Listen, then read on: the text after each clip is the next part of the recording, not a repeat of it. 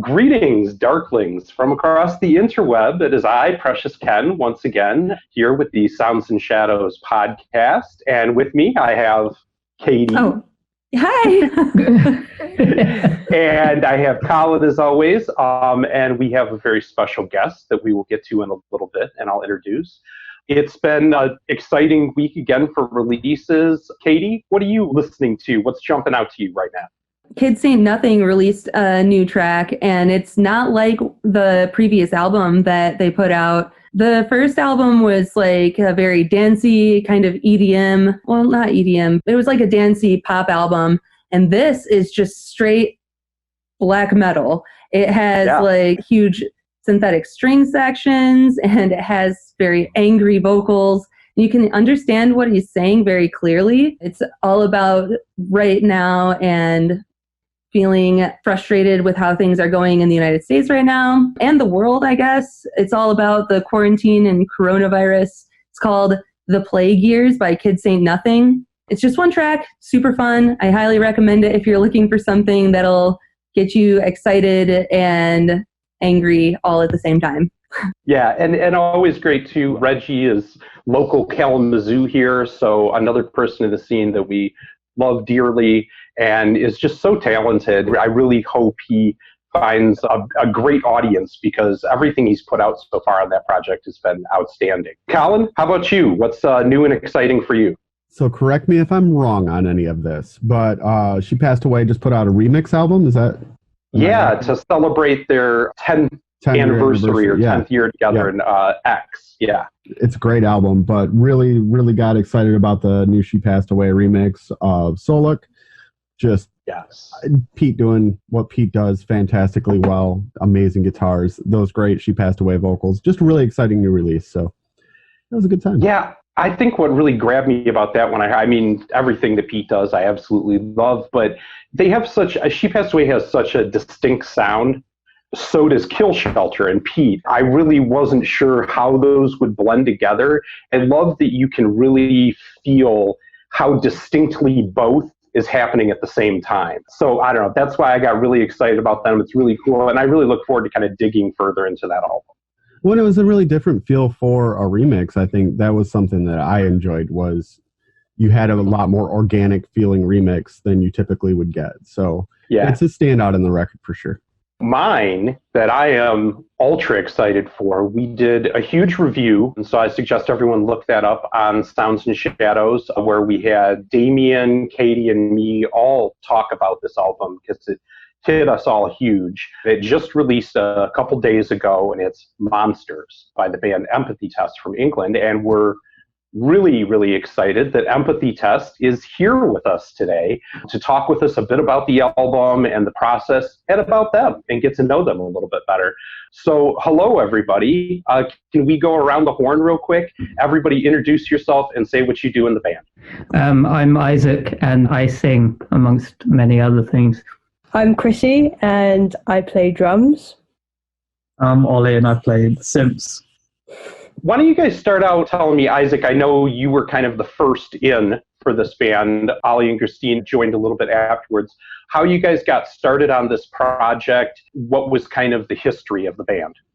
Well, originally it was myself and my friend Adam, who I've known since I was a kid. We just were sitting around one day with hangovers talking about the Drive movie and the synth soundtrack on it. We both really liked the style and we'd tried to make some music together before, but we never tried using synthesizer sounds. So Adam was like, hey, we could try making a track with synthesizers.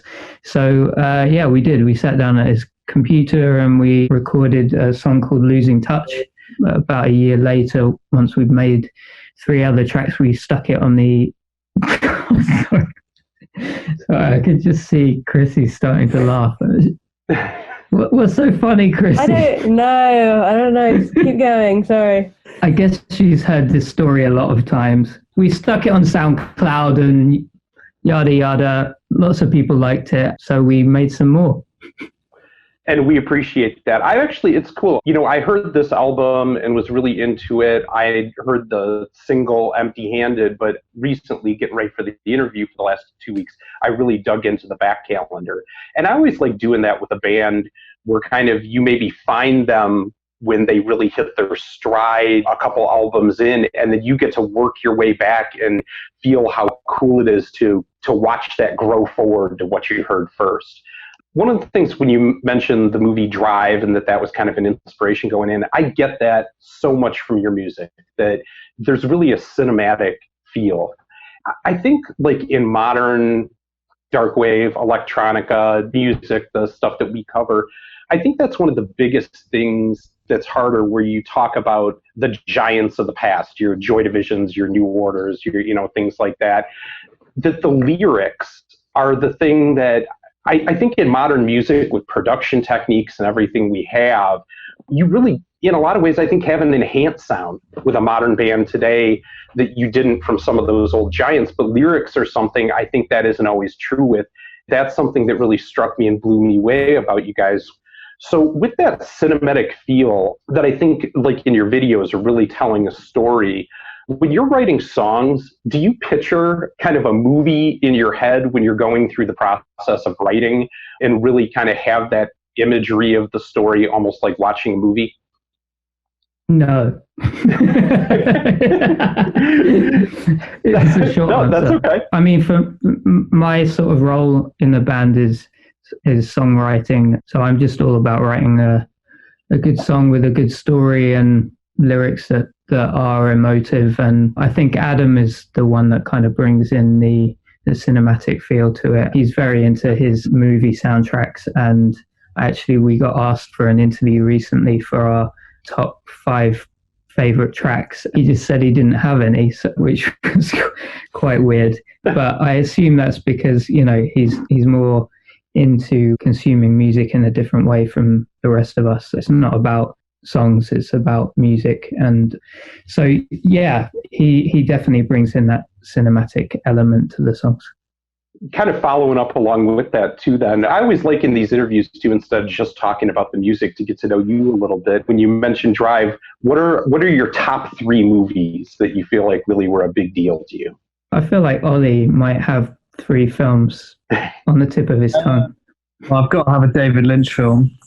I have Mulholland Drive. Classic. I'd have a Peter Greenaway film.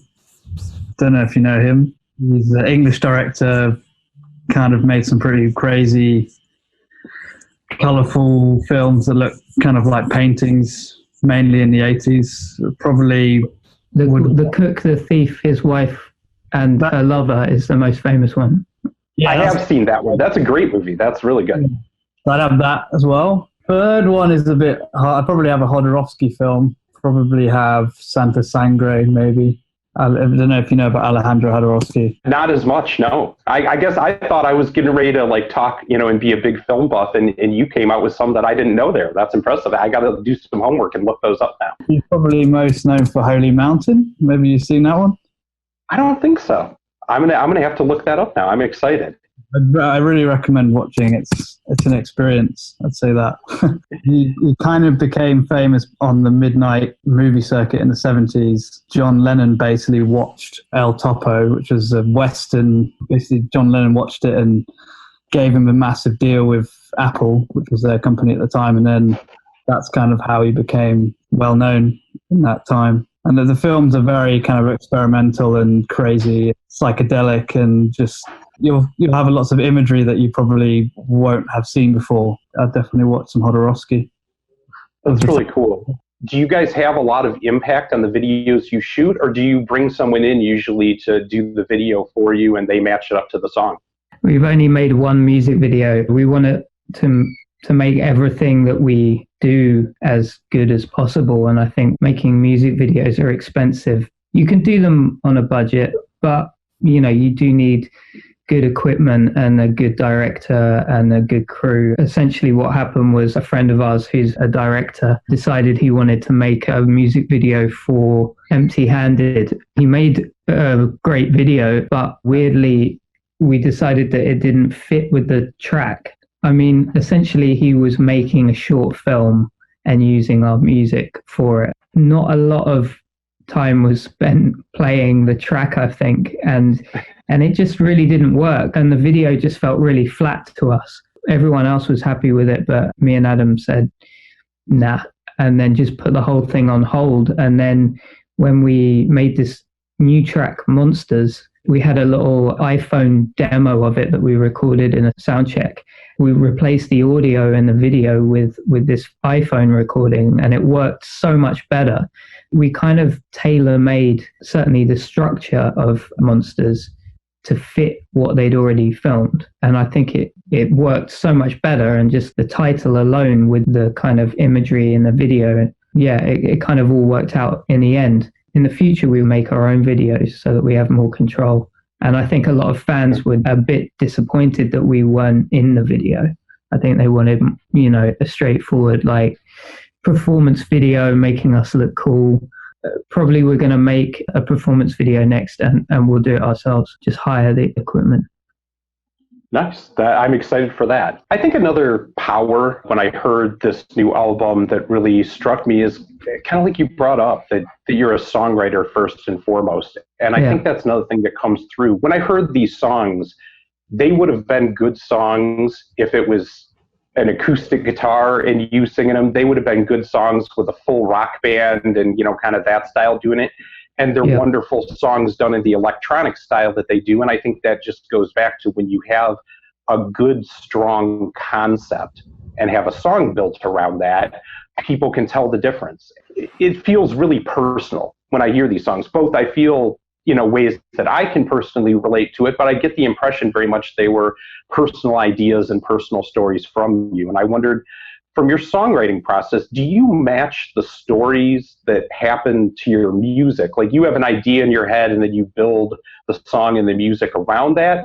Or do you start with a song and then kind of draw from one of your experiences and put that idea to the music that you make? It happens in lots of different ways. I mean, generally, I write a song on an acoustic guitar. I record a demo of it. And when Adam has something that works with it musically, then he will put the music to it. But often the beauty of doing things on a computer is nothing is set in stone, and you can just completely just delete everything or copy the vocal and put it on a completely different track. It's more of a process of everyone doing their own thing and then bringing it together in a kind of montage, which throws up completely, new and interesting kinds of tracks, because the songs I've written are not necessarily in any particular style, or they may have been in a completely different style. So something like Vampire Town, for example, has a really kind of folk pop style and rhythm to it in the original acoustic track that I wrote. It then becomes a challenge for Adam to translate that into something that works for Empathy Test. And with a lot of the songs on the new album, you had a montage in 3 different ways, because you also had, Ollie was just recording, he seems to churn out ideas constantly of very catchy synthesizer hooks, and he'll just record them a loop for me and then WhatsApp it to me. There's tracks on the new album where it was my song that had been written a few years ago, an instrumental that Adam had, and an idea that Ollie had just had, all put together and just tweaked. So a lot of the time, I'll hear an instrumental that Adam's come up with, and then I can sing something that I've been working on over the top of it, and vice versa. So he'll be like, I've got this new idea. And then he goes into Dropbox and there's a whole folder full of little sketches that I've recorded. He'll just go through and be like, this vocal works with it. And then he'll retune it slightly so that it fits, and then get me to re-sing it in the pattern that he's come up with. The writing happens in all different ways. And I feel like it's going to change again in the future. Monsters, the title track, like I said, was recorded in a sound check with these 2 guys, which is the first time that's ever happened where a song has been written by the band during a jam session. So I feel like probably the next album will be a lot more of that, a lot more from Chrissy and Ollie. Yeah, I was just going to lead into that next. I feel like when I listen to this, and especially going back and listening to some of the previous material, how this album had another level and really, I mean, to me, had a more mature sound to it that was really powerful.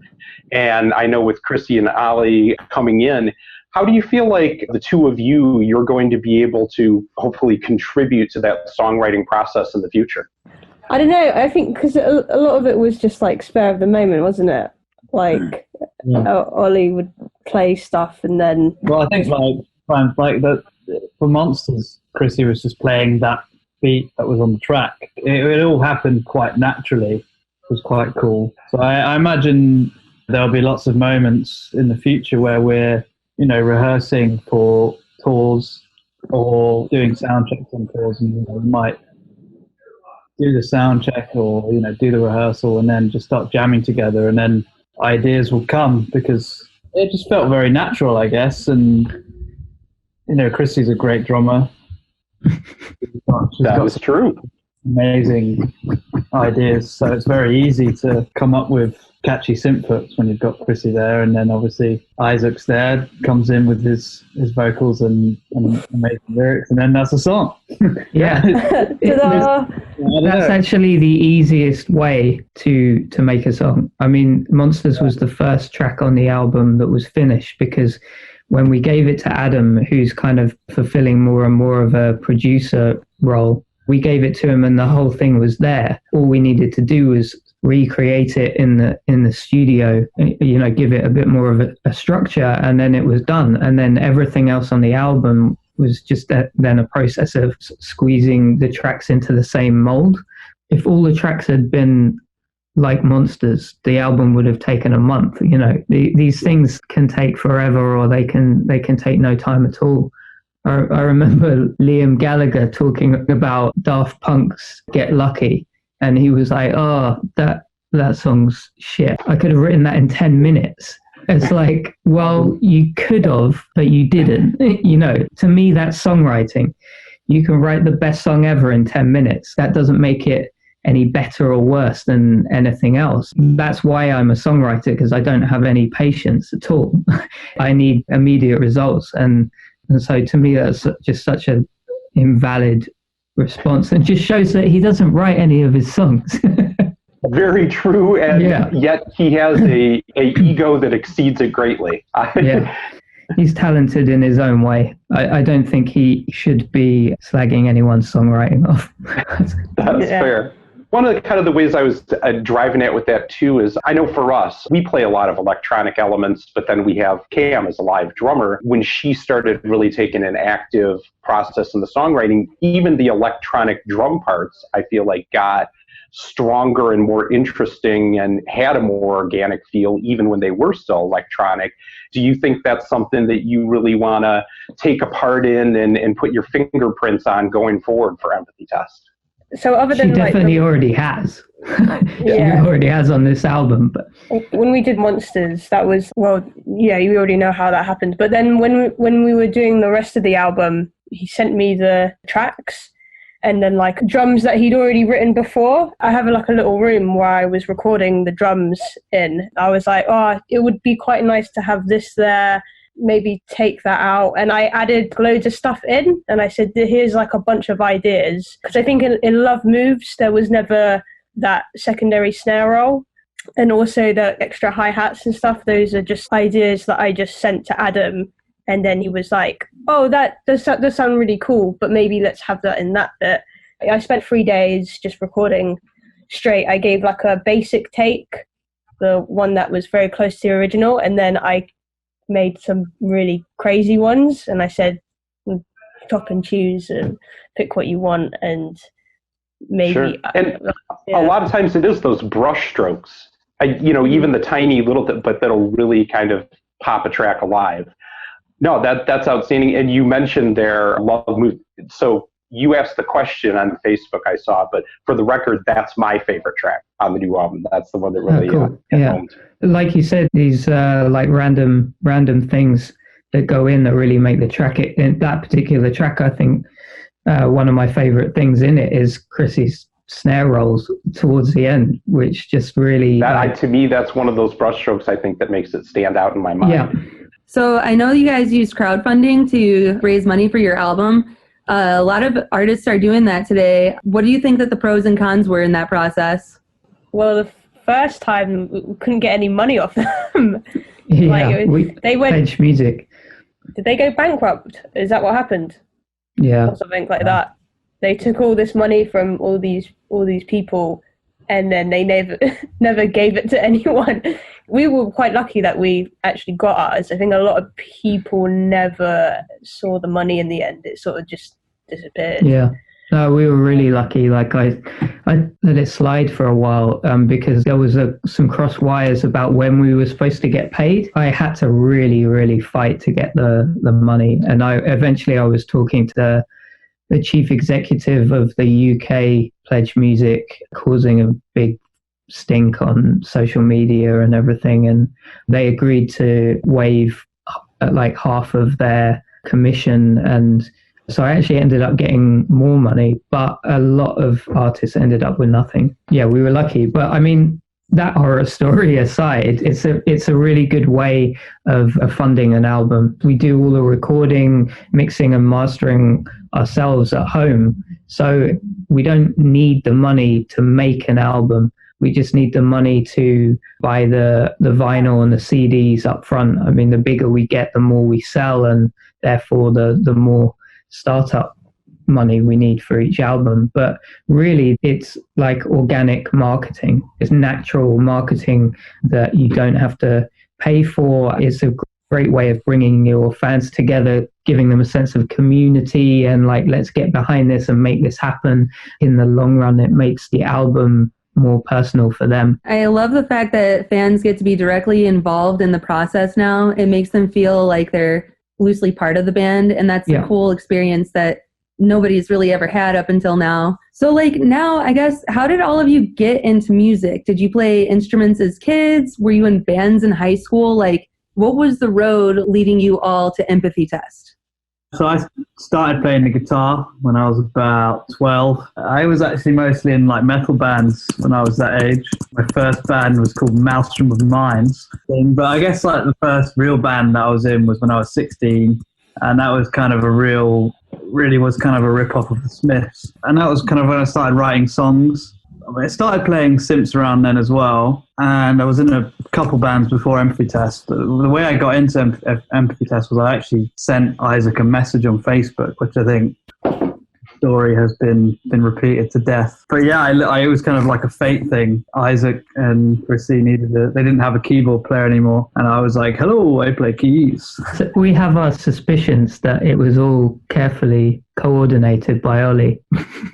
He was like, oh, Empathy Test have just lost their keyboard player, adds me on Facebook, and then... Your old keyboard player didn't disappear under any kind of mysterious circumstances or anything, right? We don't speak of that. No, I'm joking. I also make my own solo musician as well, so I make synth pop on my own as well. So I was kind of really getting into this style of music probably about 2 or 3 years before I joined. I've kind of really been in the world of synths. World of synths. Yeah. And yeah, I was actually a fan of Empathy Test as well. Now he hates us. Yeah. Yeah, until I actually met them. No, I'm joking. One tour was all it took. Yeah. Yeah, the songs are just, as you've already said, like, they're just really well written. Yeah, that's me anyway. What about Chrisy? I've been playing drums since I was about 8. And then, secondary school, same thing. I was in like a metal band, quite new metal. And then I came to London and I was in like an alternative noise art band, similar to A Place to Bury Strangers, like a mixture of A Place to Bury Strangers and Warpaint. That was really good fun, but everyone hated each other by the end of it. So we decided to disband. And as I was finishing that, I saw an advert. They needed a drummer for a tour. I was like, oh, that sounds fun. I did that. And that's how I met Issac. And then eventually Ollie. Yeah, I've been playing for quite a while. That's what I did at uni. That's what I did at college. We actually performed for Chrissy's practical exam. Oh yeah, Yeah. and I got a first for that, so well done. But yeah, no, I've been playing for a little while. I played for a few other people. I really like Ableton. Actually, I do all the programming for Empathy Test. After the songs are finished, Adam then passes them on to me, and then I recreate them so we can perform them live. There's so many layers. It's so much to do. And also, because we're electronic, it's quite nice to get a really good visual element. We'll have programmed lights and other visuals. I think we're going to go really full out, actually, for the September tour if coronavirus has calmed down a bit. I think we're going to go like 110% with the live thing in September. So I think I'm going to be meeting up with Issac soon anyway, and Adam to start programming it and getting everything ready, because it's going to be a lot of work. Are you guys planning on coming to the US on that tour? We were, but it's not viable now. It's too high risk. It costs us about £2,000 or more in dollars to get a visa.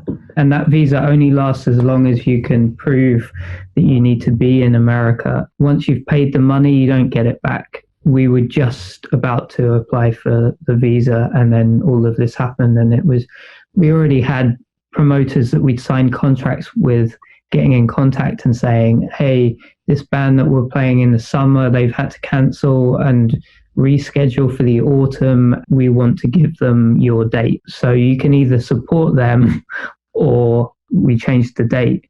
And when you've put together a 3-week tour playing almost every day, then trying to reschedule those dates is impossible. So we just decided that there was, and some of these venues, they don't even know whether they're going to reopen or not. The plan now is to go in March. Hopefully, there'll still be venues to play at, small venues to play at. When you guys went on tour last time, if you could go back and revisit for a few days with a loved one, what place would you go to and why? Chrisy actually went back to New York, didn't you? Yeah, and it was, nothing was open. It really sucked. Just before they brought in the travel ban, Chrisy flew back from America, right? Yeah, my phone was going bananas. You're going to be stuck there. You're going to be stuck in Trump mania. You need to get back now. But luckily, I got back and it was all cool. Well, it wasn't cool because I came back to no work. I really like New York. I would really want to go back to Seattle and Colorado. I really liked Portland. It was really good fun, and we hardly got to see any of it, so I'd like to go back there. And it was one of the best audiences that we had as well. Do you remember that, Chrisy? That was where Angel left her keyboard behind in that theatre. Yeah, Portland was good. Yeah. I had a good time in Portland. Not because of the keyboard thing. I remember having a good time, and someone bought us a load of drinks. Oh, yeah. That happened almost everywhere. Yeah, that's true, actually. I would go back everywhere. That's what I'd do. Yeah. I was really surprised. We had a really good time in Texas. It's kind of got a reputation for being very conservative. And sure, unless you're in Austin. That's how it is. Yeah, Austin was amazing. And Austin, I think, is one of the most interesting music scenes going around in America right now. There's a lot of great stuff going on in Austin. Yeah, it was cool.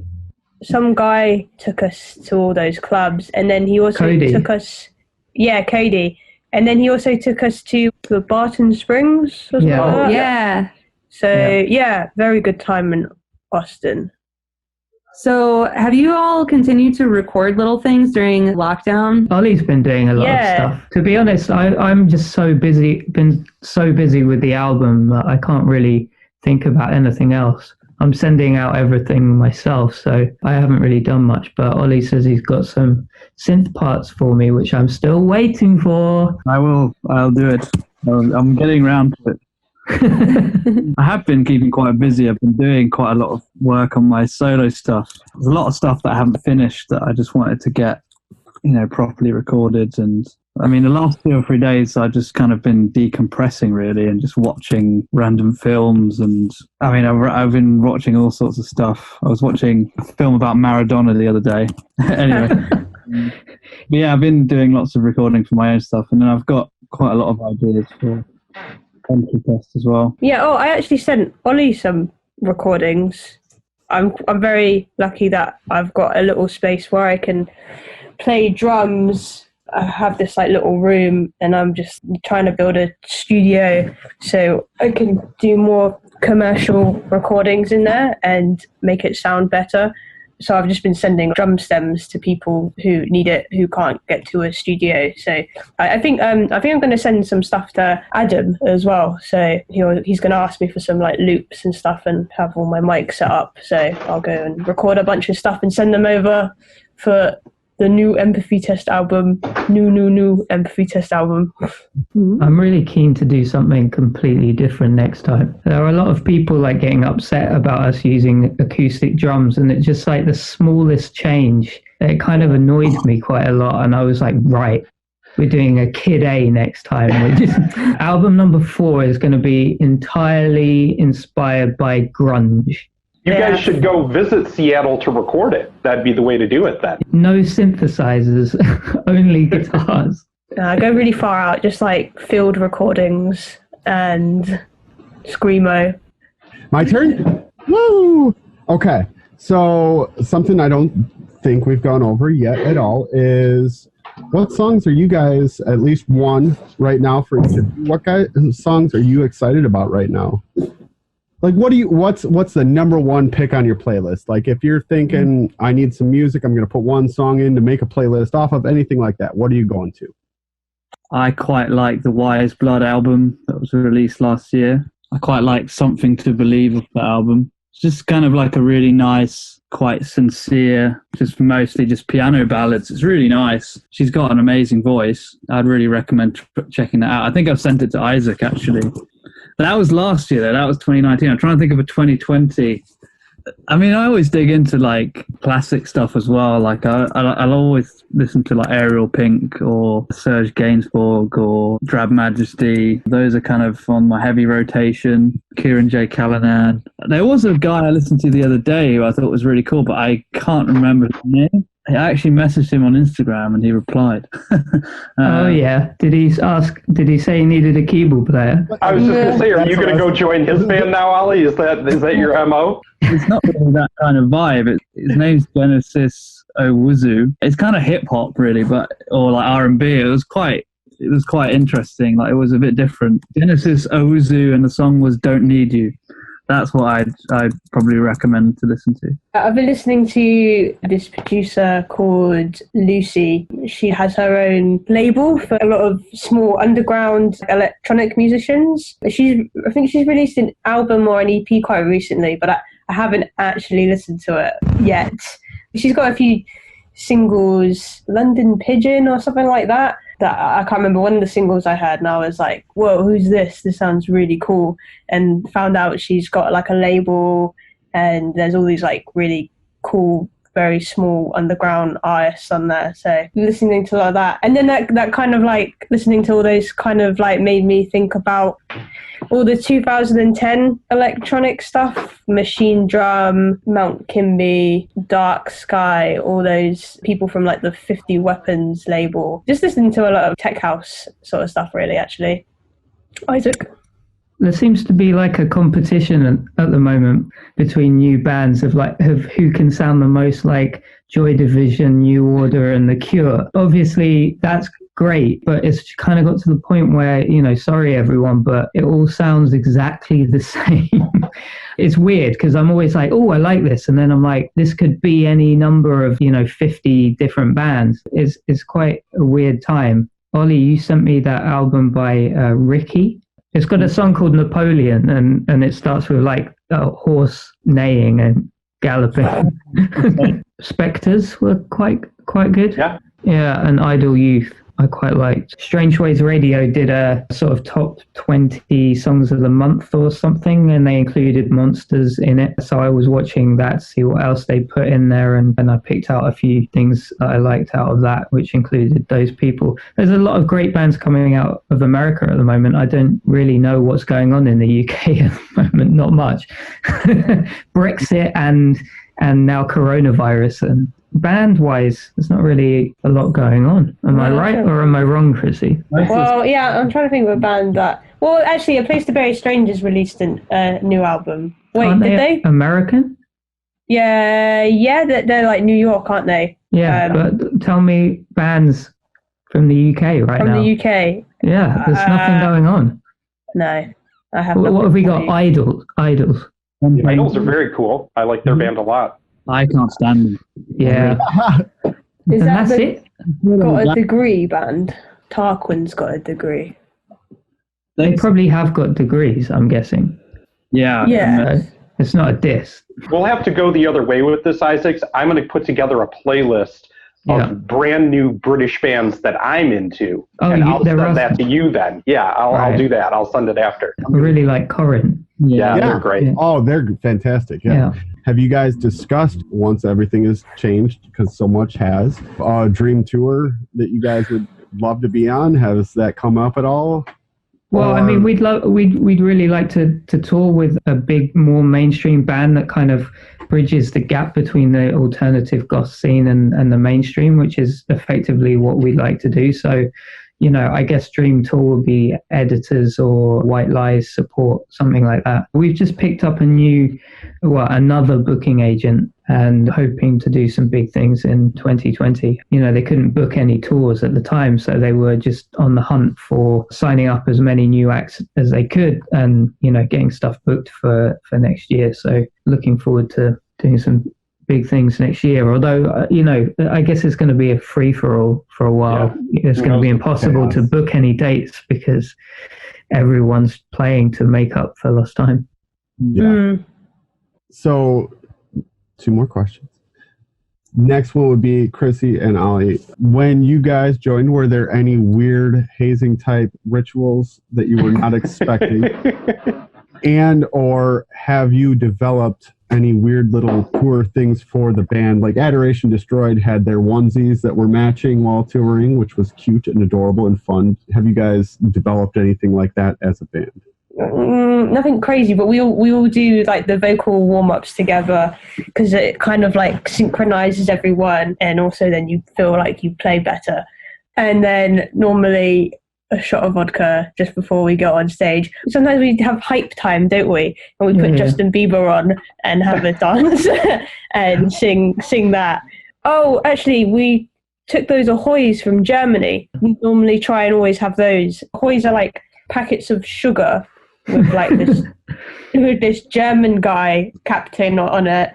I think you're meant to mix it with water, but you rip off the top and you put vodka in, and then you drink that, you shake it, and then you go, ahoy! That's much funner than just drinking straight vodka. Fair. I approve. Ollie's only done one tour with us, haven't you, really?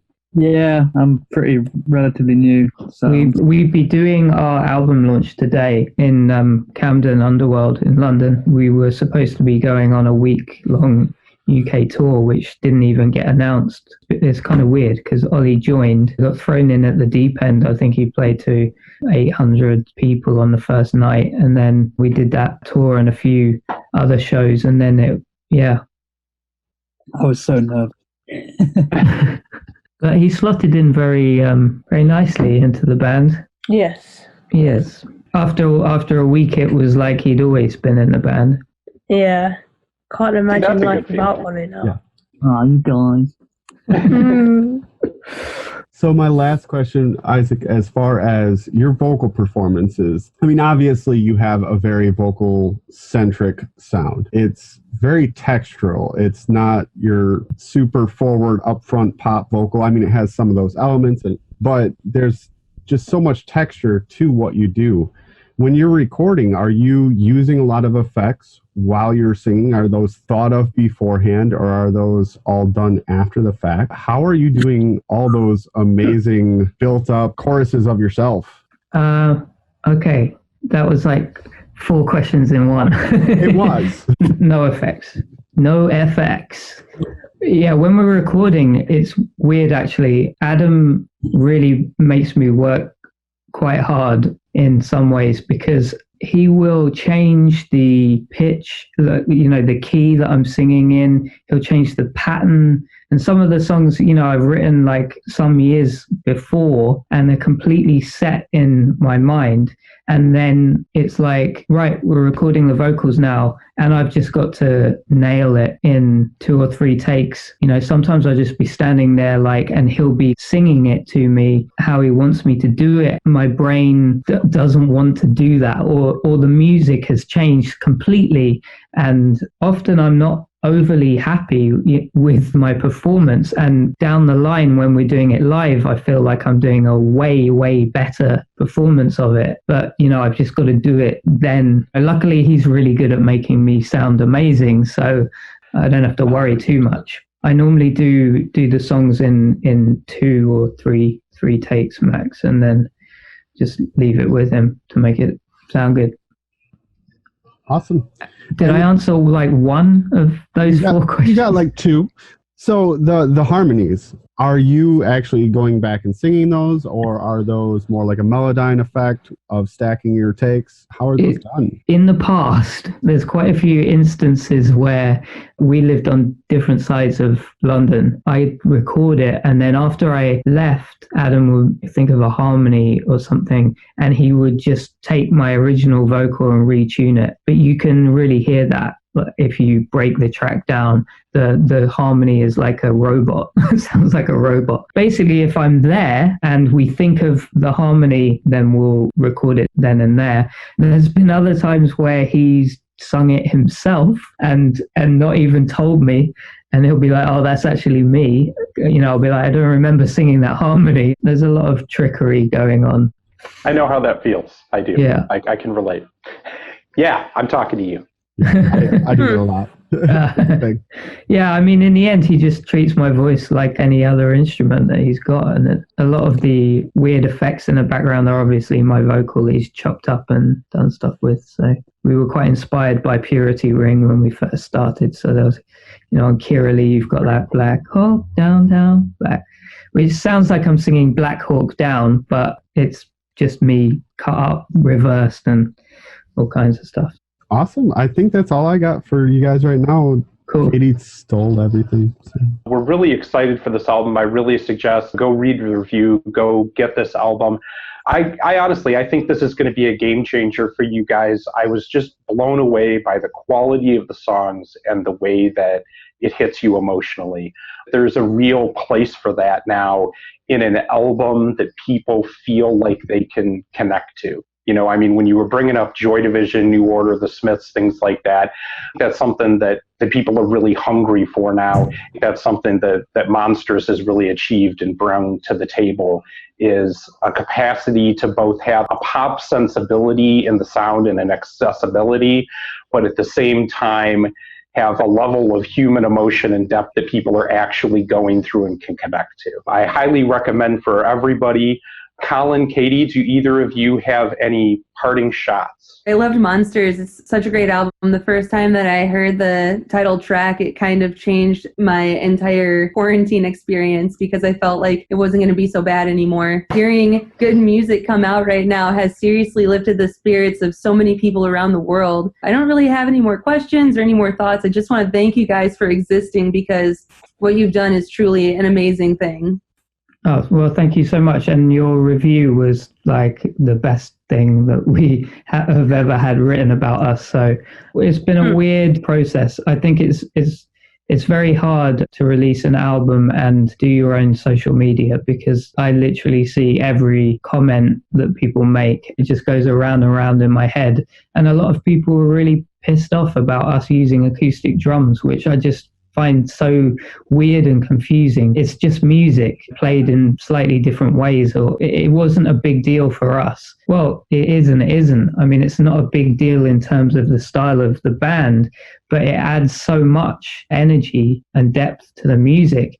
And, you know, people were just so dismissive of it. When you write a song like Monsters, all of us were so happy with it and just had this real like renaissance moment from that track.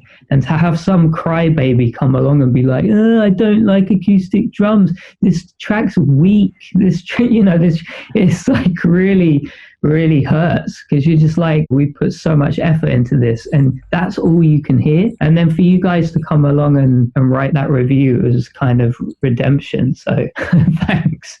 Well, you're welcome, and I'm glad you enjoyed it. I'm excited for you guys. I mean, especially, like I said, I think you guys have a bright and long future ahead of you. Keep adding in new elements, pushing the boundaries with drums, maybe next time a completely different sound, and maybe a grungier sound, or wherever it takes you. Yeah. But keep exploring, pushing the boundaries of who you are, because, I mean, if you're not growing in art, you're selling yourself short. The real quality of your band is that truly it wouldn't matter what style you guys played in, you write good songs, and that would translate to any style of music. Everybody out there, this has been Empathy Test. Go check out the album Monsters and keep it dark, yo.